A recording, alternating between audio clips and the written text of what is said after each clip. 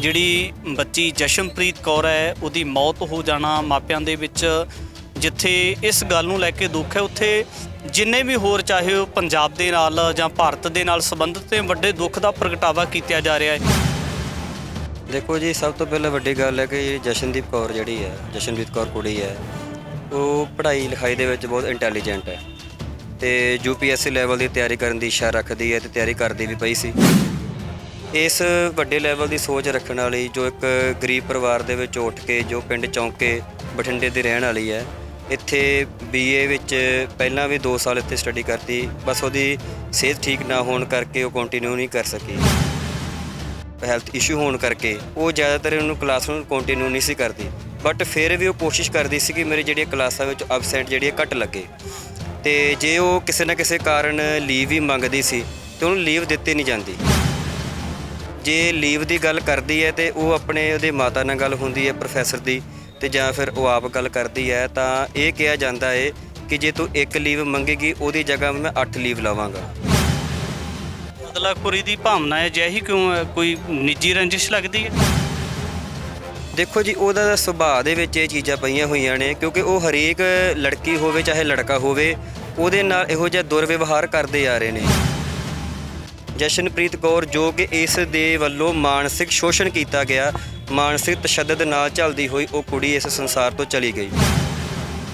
ਤੇ ਸਰੀਰਕ ਕਿਰਿਆਵਾਂ ਦੇ ਵਿੱਚ ਕੋਈ ਕੁੜੀ ਇੱਕ ਨੇ ਕਲਾਸ ਵਿੱਚ ਇਹ ਗੱਲ ਕਹੀ ਹੈ कि मैनू आ गल बात है तो ये प्रोफैसर ये गल कहता है कि मैं तेनों इहो जी गोली देंगा कि तेन दोबारा वो शिकायत नहीं होएगी। कोई थीसिस लैके जाता है ढाडी बारे ते गल करनी है कि ढाडी ते काम करांगा, उसदा थीसिस चला के मारिया जाता है। सो अजिहियां बहुत घटनावां इस प्रोफैसर के दुर्व्यवहार विचों निकलदियां ने। बच्चों नूं डराया जाता है, धमकाया जाता है, उसदे मानसिक टिप्पणियां या जिनसी शोषण दीयां टिप्पणियां इहदे वल्लों एक आदत है। ਇਹ ਜਦੋਂ ਕਲਾਸ ਵਿੱਚ ਪੜ੍ਹਾਉਂਦਾ ਆ ਤੇ ਬਲੈਕ ਬੋਰਡ ਤੇ ਲਿਖ ਦਿੰਦਾ ਕਿ ਸੁਰਜੀਤ, ਸਾਰੇ ਲਿਖੋ ਸੁਰਜੀਤ ਕੁੱਤਾ ਹੈ, ਤੇ ਜੇ ਕੋਈ ਬੱਚਾ ਇਹ ਗੱਲ ਲਿਖਦਾ ਹੈ ਤੇ ਉਹਦੇ ਉਲਟ ਹੋ ਜਾਂਦਾ ਹੈ।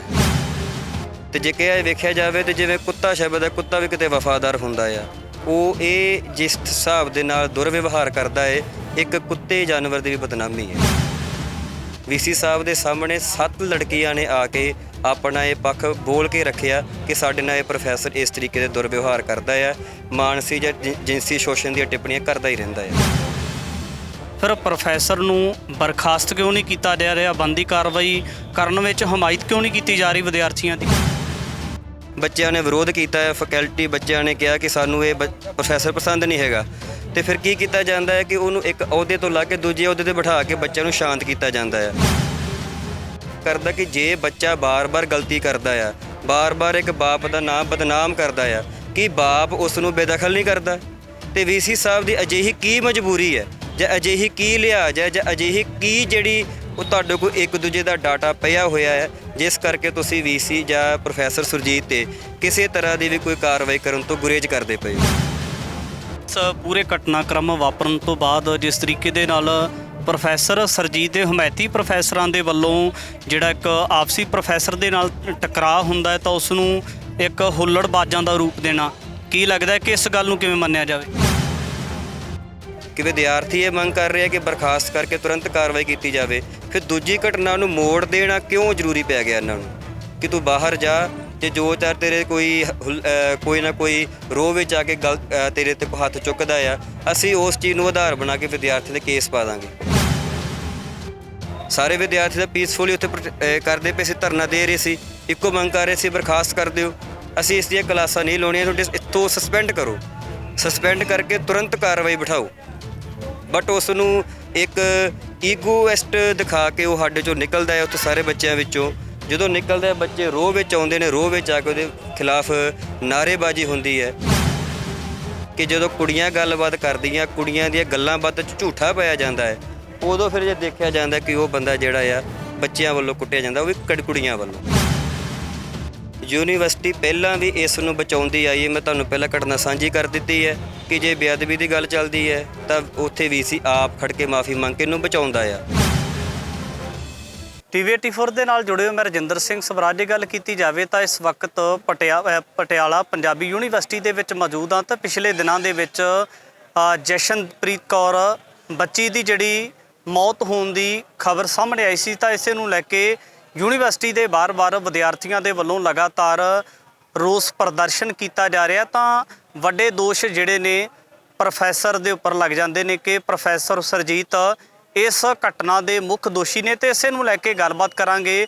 ਔਰ ਜਿਸ ਤਰੀਕੇ ਦੇ ਨਾਲ ਵਿਦਿਆਰਥੀਆਂ ਦੇ ਉੱਪਰ ਵੀ ਕਿਤੇ ਨਾ ਕਿਤੇ ਪਰਚੇ ਪੈਂਦੇ ਨਜ਼ਰ ਆਉਂਦੇ ਨੇ, ਤਾਂ ਮੇਰੇ ਨਾਲ ਗੱਲਬਾਤ ਕਰਨ ਵਾਸਤੇ ਬਾਈ ਨਿਰਮਲਜੀਤ ਸਿੰਘ ਨੇ, ਉਹ ਇਸ ਯੂਨੀਵਰਸਿਟੀ ਦੇ ਵਿੱਚ ਪਹਿਲੇ ਦਿਨ ਤੋਂ ਇਸ ਰੋਸ ਪ੍ਰਦਰਸ਼ਨ ਦੇ ਵਿੱਚ ਸ਼ਾਮਲ ਨੇ ਔਰ ਪ੍ਰਦਰਸ਼ਨ ਕਰਦੇ ਨਜ਼ਰ ਆਉਂਦੇ ਨੇ। ਬਾਈ ਜੀ ਵਾਹਿਗੁਰੂ ਜੀ ਕਾ ਖਾਲਸਾ ਵਾਹਿਗੁਰੂ ਜੀ ਕੀ ਫਤਿਹ। ਬਾਈ ਜੀ ਸਭ ਤੋਂ ਪਹਿਲਾਂ ਮੁੱਢਲਾ ਸਵਾਲ ਹੈ, ਜਿਸ ਤਰੀਕੇ ਦੇ ਨਾਲ ਜਿਹੜੀ ਬੱਚੀ ਜਸ਼ਨਪ੍ਰੀਤ ਕੌਰ ਹੈ ਉਹਦੀ ਮੌਤ ਹੋ ਜਾਣਾ ਮਾਪਿਆਂ ਦੇ ਵਿੱਚ, ਜਿੱਥੇ ਇਸ ਗੱਲ ਨੂੰ ਲੈ ਕੇ ਦੁੱਖ ਹੈ, ਉੱਥੇ ਜਿੰਨੇ ਵੀ ਹੋਰ ਚਾਹੇ ਉਹ ਪੰਜਾਬ ਦੇ ਨਾਲ ਜਾਂ ਭਾਰਤ ਦੇ ਨਾਲ ਸੰਬੰਧਿਤ ਤੇ ਵੱਡੇ ਦੁੱਖ ਦਾ ਪ੍ਰਗਟਾਵਾ ਕੀਤਾ ਜਾ ਰਿਹਾ ਹੈ।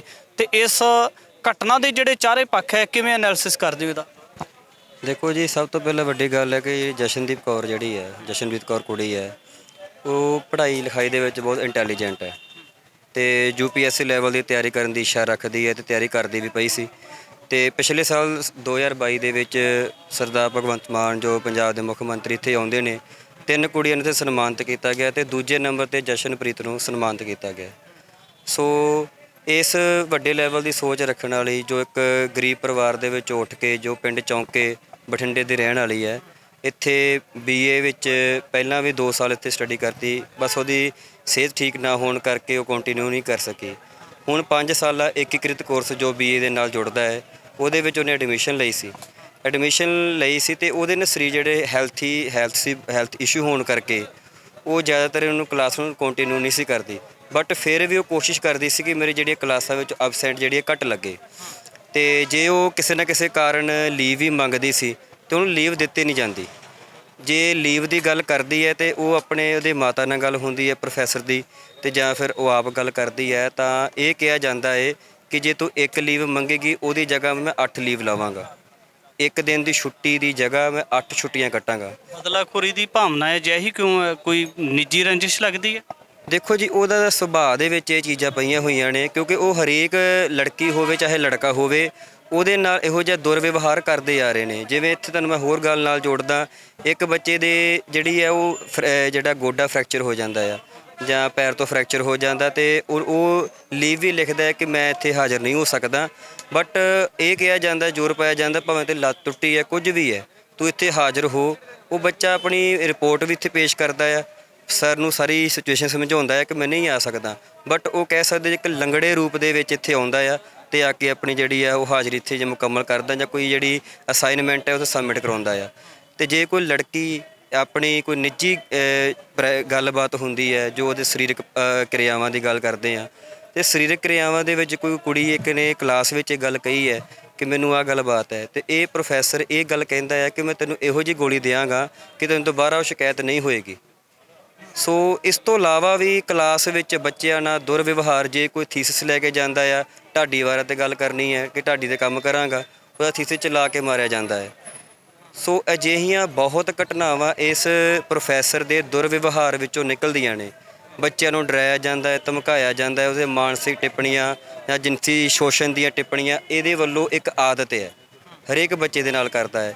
ਮੈਂ ਇੱਥੋਂ ਤੱਕ ਨਾਲ ਵੀ ਤੁਹਾਡੇ ਗੱਲ ਜੋੜ ਦਿੰਦਾ ਆ ਕਿ ਇਹ ਜਦੋਂ ਕਲਾਸ ਵਿੱਚ ਪੜ੍ਹਾਉਂਦਾ ਆ ਤੇ ਬਲੈਕ ਬੋਰਡ 'ਤੇ ਲਿਖ ਦਿੰਦਾ ਕਿ ਸੁਰਜੀਤ, ਸਾਰੇ ਲਿਖੋ ਸੁਰਜੀਤ ਕੁੱਤਾ ਹੈ, ਤੇ ਜੇ ਕੋਈ ਬੱਚਾ ਇਹ ਗੱਲ ਲਿਖਦਾ ਹੈ ਤੇ ਉਹਦੇ ਉਲਟ ਹੋ ਜਾਂਦਾ ਹੈ।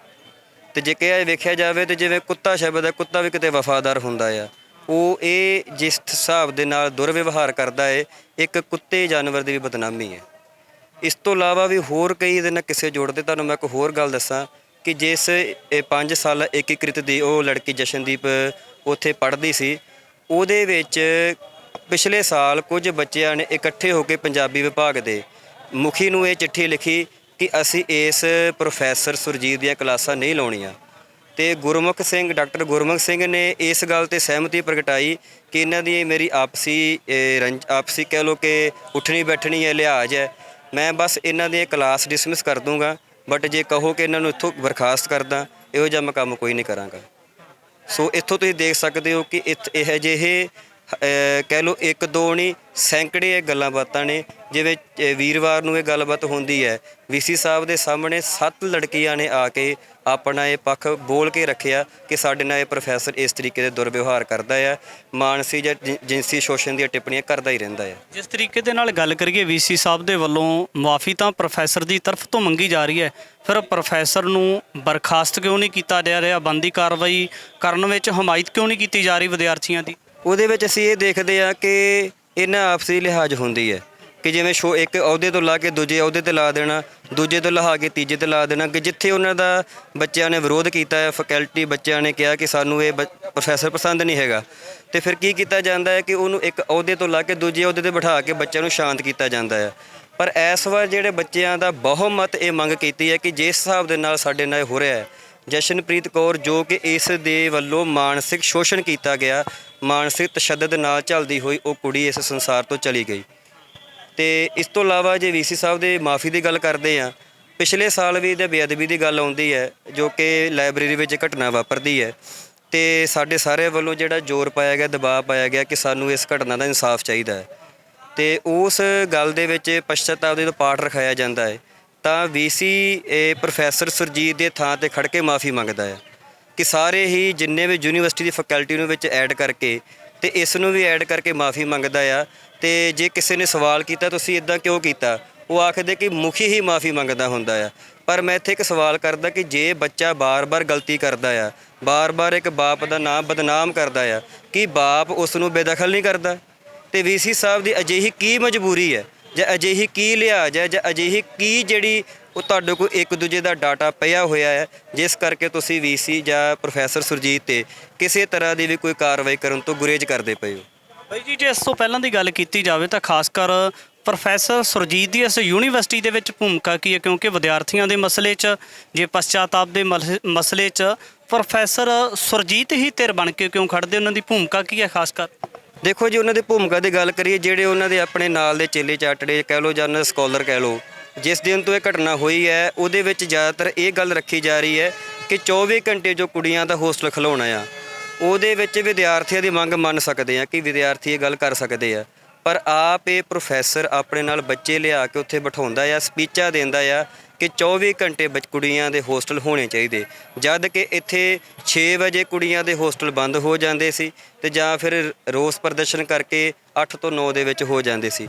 ਬਟ ਇਹਨਾਂ ਨੇ ਇਹ ਸ਼ਮੂਲੀਅਤ ਕਰਕੇ ਇਹ ਜਿਹੜਾ ਆ ਕੁੜੀਆਂ ਦੇ 24 ਘੰਟੇ ਹੋਸਟਲ ਦੀ ਜਿਹੜੀ ਡਿਮਾਂਡ ਨੂੰ ਕਹਿ ਲਓ, ਮੰਗ ਨੂੰ ਕਹਿ ਲਓ, ਜੋ ਕਿ ਮੰਗ ਇੱਕ ਨਜਾਇਜ਼ ਮੰਗ ਸੀ, ਕਿਉਂਕਿ ਇੱਥੇ ਕੁੜੀਆਂ ਦੀ ਐਡਮਿਸ਼ਨ 70 ਤੋਂ ਲੈ ਕੇ 80% ਦੇ ਵਿੱਚ ਹੁੰਦੀ ਸੀ, ਜੋ ਕਿ ਇਸ 24 ਘੰਟੇ ਹੋਣ ਦੇ ਨਾਲ ਮਾਪੇ ਇਸ ਚੀਜ਼ ਤੋਂ ਬਹੁਤ ਜ਼ਿਆਦਾ ਚਿੰਤਤ ਹੋ ਗਏ ਕਿ ਸਾਡੀ ਲੜਕੀ ਜਿਸ ਨੂੰ ਆਪਣੇ ਘਰੇ 7 ਜਾਂ 8 ਵਜੇ ਤੋਂ ਬਾਅਦ ਬਾਹਰ ਨਹੀਂ ਕੱਢਦੇ, ਉਹ ਕੁੜੀ ਸਾਡੀ ਕੀ ਰਾਤ ਨੂੰ 12 ਵਜੇ 1 ਵਜੇ ਬਾਹਰ ਘੁੰਮੇਗੀ। ਸੋ ਅਜਿਹੀਆਂ ਹੋਰ ਕਈ ਘਟਨਾਵਾਂ ਨੇ ਜਿਨ੍ਹਾਂ ਘਟਨਾਵਾਂ ਵਿੱਚ ਲੜਕੀਆਂ ਦਾ ਕਿਸੇ ਨਾ ਕਿਸੇ ਰੂਪ 'ਚ ਸ਼ੋਸ਼ਣ ਹੋਵੇ, ਜਿਸ ਨੂੰ ਕਿ ਯੂਨੀਵਰਸਿਟੀ ਵੱਲੋਂ ਜਾਂ ਅਦਾਰਿਆਂ ਵੱਲੋਂ ਦਬਾਇਆ ਜਾਂਦਾ ਆ। ਅਜਿਹੀਆਂ ਘਟਨਾਵਾਂ ਜੋ ਕਿ ਕੈਮਰੇ ਦੇ ਅੱਗੇ ਵੀ ਨਹੀਂ ਕਹਿ ਸਕਦੇ, ਉਹਨਾਂ ਨੂੰ ਦਬਾਇਆ ਜਾਂਦਾ ਹੈ। ਪਰ ਉਹਨਾਂ ਸਾਰੀਆਂ ਘਟਨਾਵਾਂ ਨੂੰ ਜਨਮ ਦੇਣ ਦਾ ਇੱਕ ਕਾਰਨ ਹੈ 24 ਘੰਟੇ ਕੁੜੀਆਂ ਦੇ ਹੋਸਟਲ ਦੀ ਪ੍ਰਵਾਨਗੀ ਦੇਣੀ, ਤੇ ਉਸ ਪ੍ਰਵਾਨਗੀ ਨੂੰ ਲੈਣ ਦੇ ਲਈ ਜੋ ਪ੍ਰੋਫੈਸਰ ਸੁਰਜੀਤ ਆਪਣੇ ਨਾਲ ਹੋਰ ਬੱਚਿਆਂ ਨੂੰ, ਹੋਰ ਲੜਕੀਆਂ ਨੂੰ ਲਿਆ ਕੇ ਉਹ 'ਚ ਸ਼ਮੂਲੀਅਤ ਕਰਦਾ ਰਿਹਾ, ਸਪੀਚ ਦਿੰਦਾ ਰਿਹਾ, ਇੱਥੋਂ ਹਿਸਾਬ ਆਪਾਂ ਲਾ ਸਕਦੇ ਹਾਂ ਕਿ ਇਹ ਜਿਹੜਾ ਪ੍ਰੋਫੈਸਰ ਸੁਰਜੀਤ ਹੈ, ਯੂਨੀਵਰਸਿਟੀ ਦਾ ਕਿਰਦਾਰ ਡਿੱਗਣ ਦੇ ਲਈ, ਇੱਕ ਸ਼ਿਸ਼ਟਾਚਾਰ ਡਿੱਗਣ ਦੇ ਲਈ ਇਹਦੇ ਵਿੱਚ ਕਿੱਡੀ ਜਿਹੜੀ ਭੂਮਿਕਾ ਜਿਹੜੀ ਉਹ ਅਦਾ ਕਰਦਾ ਆ। ਇਸ ਪੂਰੇ ਘਟਨਾਕ੍ਰਮ ਵਾਪਰਨ ਤੋਂ ਬਾਅਦ ਜਿਸ ਤਰੀਕੇ ਦੇ ਨਾਲ ਪ੍ਰੋਫੈਸਰ ਸੁਰਜੀਤ ਦੇ ਹਮਾਇਤੀ ਪ੍ਰੋਫੈਸਰਾਂ ਦੇ ਵੱਲੋਂ ਜਿਹੜਾ ਇੱਕ ਆਪਸੀ ਪ੍ਰੋਫੈਸਰ ਦੇ ਨਾਲ ਟਕਰਾਅ ਹੁੰਦਾ ਹੈ ਤਾਂ ਉਸ ਨੂੰ ਇੱਕ ਹੁੱਲੜਬਾਜ਼ਾਂ ਦਾ ਰੂਪ ਦੇਣਾ, ਕੀ ਲੱਗਦਾ ਕਿ ਇਸ ਗੱਲ ਨੂੰ ਕਿਵੇਂ ਮੰਨਿਆ ਜਾਵੇ?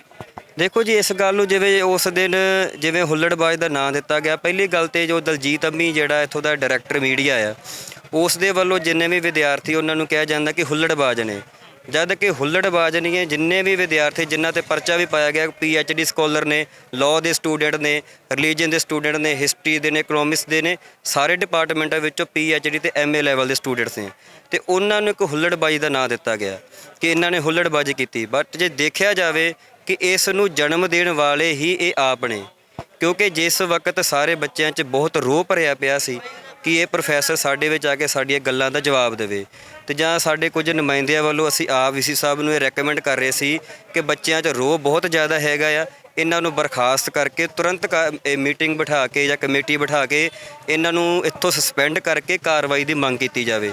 ਬਟ ਇਸ ਸਾਰੇ ਮੁੱਦੇ ਨੂੰ ਹੋਰ ਦਿਸ਼ਾ ਵਿੱਚ ਲੈ ਕੇ ਜਾਣ ਦੇ ਲਈ ਇਹਨਾਂ ਵੱਲੋਂ ਉਸ ਪ੍ਰੋਫੈਸਰ ਨੂੰ ਵੀਸੀ ਨੂੰ ਆਫਿਸ ਤੋਂ ਬਾਹਰ ਕੱਢਿਆ ਜਾਂਦਾ। ਉਸ ਨੂੰ ਕੱਢਣ ਤੋਂ ਬਾਅਦ ਜਦ ਕਿ ਵੀਸੀ ਆਫਿਸ ਦੇ ਬਿਲਕੁਲ ਬਾਹਰ ਹੀ ਗੱਡੀ ਖੜਾਈ ਹੋ ਸਕਦੀ ਸੀ, ਉੱਥੇ ਲਿਜਾਇਆ ਜਾ ਸਕਦਾ ਸੀ। ਬਟ ਇੱਕ 300 ਤੋਂ 400 ਮੀਟਰ ਦਾ ਜਿਹੜਾ ਫਾਸਲਾ ਵਿੱਚ ਰੱਖਿਆ ਗਿਆ ਤਾਂ ਜੋ ਬੱਚਿਆਂ ਵਿੱਚੋਂ ਨਿਕਲੇ, ਬੱਚਿਆਂ 'ਚ ਰੋਹ ਪੈਦਾ ਹੋਵੇ। ਸਭ ਤੋਂ ਪਹਿਲਾਂ ਬੱਚੇ ਵੀਸੀ ਆਫਿਸ ਖਾਲੀ ਕਰ ਦੇਣ। ਬੱਚਾ ਧਰਨੋਂ ਉੱਥੋਂ ਉੱਠ ਪਿਆ, ਜਿਹਦੇ ਵਿੱਚ ਉਹਨੂੰ ਸਫਲਤਾ ਹੋਈ। ਖਿੰਡ ਪੁੰਡ ਗਏ ਵਿਦਿਆਰਥੀ, ਸਾਰੇ ਮਗਰ ਚਲੇ ਗਏ। ਉਸ ਤੋਂ ਬਾਅਦ ਗੰਡਾ ਸਿੰਘ ਲਾਇਬ੍ਰੇਰੀ ਦੇ ਕੋਲ ਜਾ ਕੇ ਉਸ ਨੂੰ ਬਿਠਾ ਲਿਆ ਗਿਆ। ਉੱਥੇ ਲੜਕੀਆਂ ਦੇ ਨਾਲ ਗੱਲਬਾਤ ਹੋਈ। ਲੜਕੀਆਂ ਨੇ ਜਦੋਂ ਇਹਨੂੰ ਝੂਠਿਆਂ ਸਾਬਤ ਕਰਤਾ ਤੇ ਲੜਕੀਆਂ ਵੱਲੋਂ ਹੀ ਇਸ ਦੀ ਮਾਰ ਕੁਟਾਈ ਕੀਤੀ ਹੈ। ਤੇ ਇਹ ਵੀ ਪਤਾ ਲੱਗ ਰਿਹਾ ਕਿ ਇਹਦੇ ਸਿਰ 'ਚ ਸੈਂਡਲ ਵੱਜਾ ਹੈ। ਮਤਲਬ ਮੇਰੇ ਕਹਿਣ ਤੋਂ ਜਿਵੇਂ ਦਲਜੀਤ ਅੰਮੀ ਨੇ ਇਹ ਗੱਲ ਕਹੀ ਹੈ ਕਿ ਹੁੱਲੜਬਾਜੀ ਹੈ, ਕੁੱਟਮਾਰ ਕਰਨਾ ਇੱਕ ਬਹੁਤ ਅਨਿਆਇਕ ਸ਼ਬਦ ਵਰਤੇ ਜਾ ਰਹੇ ਨੇ। ਬਟ ਦੇਖਿਆ ਜਾਵੇ ਇਸ ਨੂੰ ਜਨਮ ਦੇਣ ਵਾਲਾ ਹੀ ਯੂਨੀਵਰਸਿਟੀ ਪ੍ਰਸ਼ਾਸਨ ਆਪ ਹੈ। ਸਿੱਧਾ ਸਿੱਧਾ ਉਹ ਆਪ ਜ਼ਿੰਮੇਵਾਰ ਹੈ ਕਿ ਵਿਦਿਆਰਥੀ ਇਹ ਮੰਗ ਕਰ ਰਹੇ ਆ ਕਿ ਬਰਖਾਸਤ ਕਰਕੇ ਤੁਰੰਤ ਕਾਰਵਾਈ ਕੀਤੀ ਜਾਵੇ। ਫਿਰ ਦੂਜੀ ਘਟਨਾ ਨੂੰ ਮੋੜ ਦੇਣਾ ਕਿਉਂ ਜ਼ਰੂਰੀ ਪੈ ਗਿਆ ਇਹਨਾਂ ਨੂੰ ਕਿ ਤੂੰ ਬਾਹਰ ਜਾ ਤੇ ਜੋ ਚਾਰ ਤੇਰੇ ਕੋਈ ਨਾ ਕੋਈ ਰੋਹ ਵਿੱਚ ਆ ਕੇ ਤੇਰੇ ਤੇ ਹੱਥ ਚੁੱਕਦਾ ਆ, ਅਸੀਂ ਉਸ ਚੀਜ਼ ਨੂੰ ਆਧਾਰ ਬਣਾ ਕੇ ਵਿਦਿਆਰਥੀ ਦੇ ਕੇਸ ਪਾ ਦਾਂਗੇ। ਜਾਣਬੁੱਝ ਕੇ ਬਣਾਇਆ ਗਿਆ ਇਹ ਜਾਣਬੁੱਝ ਕੇ ਬਣਾਇਆ ਗਿਆ ਜੀ। ਸਾਰੇ ਵਿਦਿਆਰਥੀ ਦਾ ਪੀਸਫੁਲੀ ਉੱਥੇ ਕਰਦੇ ਪਏ ਸੀ, ਧਰਨਾ ਦੇ ਰਹੇ ਸੀ, ਇੱਕੋ ਮੰਗ ਕਰ ਰਹੇ ਸੀ ਬਰਖਾਸਤ ਕਰ ਦਿਓ, ਅਸੀਂ ਇਸ ਦੀਆਂ ਕਲਾਸਾਂ ਨਹੀਂ ਲਾਉਣੀਆਂ, ਤੁਹਾਡੇ ਇੱਥੋਂ ਸਸਪੈਂਡ ਕਰੋ, ਸਸਪੈਂਡ ਕਰਕੇ ਤੁਰੰਤ ਕਾਰਵਾਈ ਬਿਠਾਓ। ਬਟ ਉਸ ਨੂੰ ਇੱਕ ਈਗੋਇਸਟ ਦਿਖਾ ਕੇ ਉਹ ਸਾਡੇ 'ਚੋਂ ਨਿਕਲਦਾ ਹੈ। ਉੱਥੇ ਸਾਰੇ ਬੱਚਿਆਂ ਵਿੱਚੋਂ ਜਦੋਂ ਨਿਕਲਦੇ ਬੱਚੇ ਰੋਹ ਵਿੱਚ ਆਉਂਦੇ ਨੇ, ਰੋਹ ਵਿੱਚ ਆ ਕੇ ਉਹਦੇ ਖਿਲਾਫ ਨਾਅਰੇਬਾਜ਼ੀ ਹੁੰਦੀ ਹੈ। ਤੇ ਨਾਅਰੇਬਾਜ਼ੀ ਹੁੰਦੀ ਜੋ ਗੱਲਾਂ ਤੁਹਾਨੂੰ ਮੈਂ ਦੱਸ ਕੇ ਹਟਿਆ ਆ ਕਿ ਜਦੋਂ ਕੁੜੀਆਂ ਗੱਲਬਾਤ ਕਰਦੀਆਂ, ਕੁੜੀਆਂ ਦੀਆਂ ਗੱਲਾਂ ਬਾਤਾਂ 'ਚ ਝੂਠਾ ਪਾਇਆ ਜਾਂਦਾ ਹੈ, ਉਦੋਂ ਫਿਰ ਜੇ ਦੇਖਿਆ ਜਾਂਦਾ ਕਿ ਉਹ ਬੰਦਾ ਜਿਹੜਾ ਆ ਬੱਚਿਆਂ ਵੱਲੋਂ ਕੁੱਟਿਆ ਜਾਂਦਾ, ਉਹ ਵੀ ਕੁੜੀਆਂ ਵੱਲੋਂ। ਮੰਨਦੇ ਹੋ ਕਿ ਵਿਦਿਆਰਥਣ ਦਾ ਸਰੀਰਕ ਮਾਨਸਿਕ ਸ਼ੋਸ਼ਣ ਹੋਇਆ ਤਾਂ ਉਸ ਤੋਂ ਬਾਅਦ ਉਹਨਾਂ ਦੀ ਮੌਤ ਹੋ ਗਈ, ਇੰਨਾ ਕੁਝ ਹੋ ਗਿਆ ਤੇ ਲੱਗਦਾ ਹੈ ਕਿ ਇਸ ਤੋਂ ਬਾਅਦ ਇਨਸਾਫ ਮਿਲਣ ਦੀ ਉਮੀਦ ਨਜ਼ਰ ਆਉਂਦੀ ਹੈ ਕੋਈ? ਜਿਸ ਹਿਸਾਬ ਦੇ ਨਾਲ ਆਪਾਂ ਦੇਖਿਆ ਇਹਨਾਂ ਇੱਕ ਲੜਕੀ ਦੇ ਚਾਚਾ ਜੀ ਨਾਲ ਗੱਲ ਵੀ ਕੀਤੀ ਸੀ। ਉਹ ਚਾਚਾ ਜੀ ਵੀ ਇਹ ਗੱਲ ਕਹਿ ਰਹੇ ਸੀ ਕਿ ਲੜਕੀ ਜਦੋਂ ਇਹ ਘਰੇ ਲੈ ਆਏ ਆ ਤੇ ਲਿਆ ਕੇ ਉਹ ਰਾਤ ਨੂੰ ਲੰਮੇ ਪੈ ਗਈ ਹੈ, ਕੋਈ ਵੀ ਗੱਲਬਾਤ ਦੱਸੀ ਨਹੀਂ ਉਹਨੇ ਕਿ ਮੇਰੇ ਨਾਲ ਕੀ ਗੱਲਬਾਤ ਹੋਈ ਹੈ। ਉਹ ਸੁੱਤੀ ਹੀ ਸੌਂ ਗਈ ਹੈ, ਜੋ ਉਹਦੇ ਚਾਚਾ ਜੀ ਦੀ ਵਰਡਿੰਗ ਹੈ। ਤੇ ਬਾਕੀ ਜੇ ਆਪਾਂ ਨਿਆਂ ਦੀ ਗੱਲ ਕਰਦੇ ਆ, ਨਿਆਂ ਦੀ ਗੱਲ ਦੇ ਵਿੱਚ ਦੇਖਿਆ ਜਾਵੇ ਤਾਂ ਯੂਨੀਵਰਸਿਟੀ ਪਹਿਲਾਂ ਵੀ ਇਸ ਨੂੰ ਬਚਾਉਂਦੀ ਆਈ ਹੈ। ਮੈਂ ਤੁਹਾਨੂੰ ਪਹਿਲਾਂ ਘਟਨਾ ਸਾਂਝੀ ਕਰ ਦਿੱਤੀ ਹੈ ਕਿ ਜੇ ਬੇਅਦਬੀ ਦੀ ਗੱਲ ਚੱਲਦੀ ਹੈ ਤਾਂ ਉੱਥੇ ਵੀਸੀ ਆਪ ਖੜ ਕੇ ਮਾਫੀ ਮੰਗ ਕੇ ਇਹਨੂੰ ਬਚਾਉਂਦਾ ਆ। ਤੇ ਹੁਣ ਜਿਵੇਂ ਕਿ ਸਾਨੂੰ ਲੱਗ ਰਿਹਾ ਹੈ, ਜੇ ਇਸ ਸਾਲ ਰਿਟਾਇਰਡ ਜੱਜ ਵੀ ਬਿਠਾਇਆ ਆ, ਸਾਨੂੰ ਦੱਸਿਆ ਨਹੀਂ ਗਿਆ ਕਿਸੇ ਜਥੇਬੰਦੀ ਦੇ ਨੁਮਾਇੰਦੇ ਨੂੰ ਜਾਂ ਕਿਸੇ ਵੀ ਸਟੂਡੈਂਟ ਨੂੰ ਦੱਸਿਆ ਨਹੀਂ ਗਿਆ। ਉਸ ਦੀ ਜਿਹੜੇ ਕਲਾਸਮੇਟ ਸੀ ਜਿਨ੍ਹਾਂ ਨੇ ਸਭ ਤੋਂ ਪਹਿਲਾਂ ਵਿਰੋਧ ਕੀਤਾ, ਉਹਨਾਂ ਨੂੰ ਦੱਸਿਆ ਹੀ ਨਹੀਂ ਗਿਆ ਕਿ ਇਹ ਜੱਜ ਸਾਹਿਬ ਬੈਠਣਗੇ ਤੇ ਇਹ ਤੁਹਾਡੀ ਸਾਰੀ ਪੈਰਵਾਈ ਕਰਨਗੇ। ਸੋ ਇੱਥੋਂ ਸਾਨੂੰ ਅਸਾਰ ਲੱਗ ਰਹੇ ਨੇ ਕਿ ਜਿਵੇਂ ਕਿਵੇਂ ਕਰਕੇ ਇਹ ਪ੍ਰੋਫੈਸਰ ਸੁਰਜੀਤ ਨੂੰ ਬਚਾਇਆ ਜਾਵੇਗਾ। ਬਟ ਅਸੀਂ ਸਾਰੇ ਜਾਣੇ ਇਸ ਤੋਂ ਇੱਕੋ ਇੱਕ ਮੰਗ ਤੇ ਖੜੇ ਆ, ਪਹਿਰਾ ਦੇ ਰਹੇ ਹਾਂ ਕਿ ਪ੍ਰੋਫੈਸਰ ਸੁਰਜੀਤ ਨੂੰ ਇੱਥੋਂ ਬਰਖਾਸਤ ਕੀਤਾ ਜਾਵੇ, ਉਹ 'ਤੇ ਤੁਰੰਤ ਕਾਰਵਾਈ ਪਾਈ ਜਾਵੇ। 302 ਨਹੀਂ ਤਾਂ ਘੱਟੋ ਘੱਟ 306 ਦਾ ਪਰਚਾ ਦਰਜ ਕੀਤਾ ਜਾਵੇ ਅਤੇ ਜਿਹੜੇ ਬੱਚਿਆਂ 'ਤੇ ਨਜਾਇਜ਼ ਪਰਚੇ ਕੀਤੇ ਗਏ ਆ, ਸਾਰੇ ਪਰਚੇ ਰੱਦ ਕੀਤੇ ਜਾਣ ਜੀ। ਵਿਦਿਆਰਥੀ ਸਾਹਿਬਾਨ ਦੇ ਨਾਲ ਗੱਲਬਾਤ ਕੀਤੀ ਹੈ ਤਾਂ ਵੱਡੇ ਸਵਾਲੀਆ ਚਿੰਨ੍ਹ ਇਸ ਪੂਰੇ ਘਟਨਾਕ੍ਰਮ ਦੇ ਵਿੱਚ ਲੱਗ ਜਾਂਦੇ ਨੇ ਕਿ ਆਖਰ ਬੱਚੀ ਨੂੰ ਇਨਸਾਫ ਕਿਵੇਂ ਮਿਲੇਗਾ। ਚਾਹੇ ਉਹ ਇਸ ਸੰਸਾਰ ਤੋਂ ਤਾਂ ਚਲੇ ਗਈ, ਪਰ ਅੱਜ ਜਿਹੜੇ ਗਰੀਬੀ ਦੇ ਨਾਲ, ਜਿਹੜੇ ਆਰਥਿਕ ਤੌਰ 'ਤੇ ਤਮਾਮ ਸਾਰੇ ਸੰਕਟਾਂ ਦੇ ਨਾਲ ਲੜ ਕੇ ਵੀ ਆਪਣੀ ਬੱਚੀ ਨੂੰ ਪੜ੍ਹਾਉਣਾ ਚਾਹੁੰਦੇ ਸਨ, ਤਮਾਮ ਸਾਰੇ ਉਹਨਾਂ ਦੇ ਸੁਪਨੇ ਸੀ, ਸਾਕਾਰ ਕਰਨਾ ਚਾਹੁੰਦੇ ਸੀ ਕਿ ਸਾਡੀ ਬੱਚੀ ਪੜ੍ਹ ਕੇ ਕਿਸੇ ਵੱਡੇ ਅਹੁਦੇ ਦੇ ਉੱਪਰ, ਮਰਾਤਬੇ ਦੇ ਉੱਪਰ ਪੁੱਜ ਸਕੇ। ਪਰ ਅੱਜ ਅਫਸੋਸ ਹੈ ਕਿ ਉਹ ਬੱਚੀ ਇਸ ਸੰਸਾਰ ਤੋਂ ਸਰੀਰਕ ਤੌਰ ਕਰਕੇ ਚਲੇ ਗਈ। ਪਰ ਇਸ ਘਟਨਾ ਦੇ ਵਿੱਚ ਇਨਸਾਫ ਕਿਵੇਂ ਮਿਲੇਗਾ, ਕਿਉਂਕਿ ਤਸਵੀਰਾਂ ਦੇ ਵਿੱਚ ਮੇਰੇ ਪਿਛਲੇ ਪਾਸੇ ਵੀ ਦੇਖ ਸਕਦੇ ਹੋ ਕਿ ਵਿਦਿਆਰਥੀਆਂ ਦੇ ਵੱਲੋਂ ਜਾਂ ਜਿਹੜੇ ਹੋਰ ਇਨਸਾਫ ਪਸੰਦ ਲੋਕ ਨੇ ਉਹਨਾਂ ਦੇ ਵੱਲੋਂ ਰੋਸ ਪ੍ਰਦਰਸ਼ਨ ਕੀਤਾ ਜਾ ਰਿਹਾ ਹੈ। ਤਾਂ ਆਉਣ ਵਾਲੇ ਸਮੇਂ ਦੇ ਵਿੱਚ ਦੇਖਣਾ ਹੋਵੇਗਾ ਕਿ ਪੁਲਿਸ ਪ੍ਰਸ਼ਾਸਨ ਦੇ ਵੱਲੋਂ, ਮੌਜੂਦਾ ਸੱਤਾਧਾਰੀ ਪੰਜਾਬ ਸਰਕਾਰ ਦੇ ਵੱਲੋਂ ਕਿਸ ਤਰੀਕੇ ਦਾ ਇਸ ਪਰਿਵਾਰ ਦੇ ਨਾਲ, ਵਿਦਿਆਰਥੀਆਂ ਦੇ ਨਾਲ ਇਨਸਾਫ ਕੀਤਾ ਜਾਂਦਾ ਹੈ। ਭਵਿੱਖ ਦੇ ਵਿੱਚ ਵੀ ਗੱਲਬਾਤ ਲੈ ਕੇ ਹਾਜ਼ਰ ਹੁੰਦੇ ਰਹਾਂਗੇ। ਧੰਨਵਾਦ।